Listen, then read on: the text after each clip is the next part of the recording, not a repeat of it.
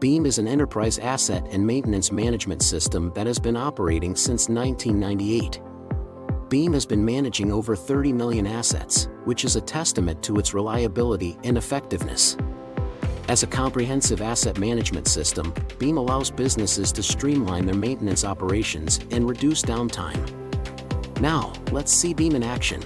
It is a web-based system, so you can log into the system by using the web browser after deploying it onto your cloud or on-premise server.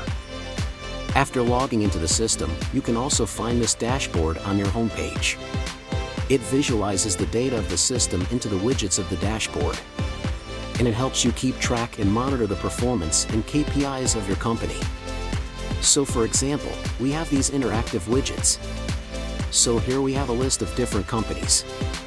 And if I were to choose a specific company, you'll see that all the other widgets change depending upon that specific company. So it is very interactive.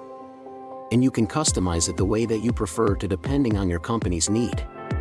You can always export it to an Excel or PDF file. And on your left here is the main menu of Beam. So Beam is a modular structure. In total, we have 4 main modules which include asset, maintenance, material, and personnel.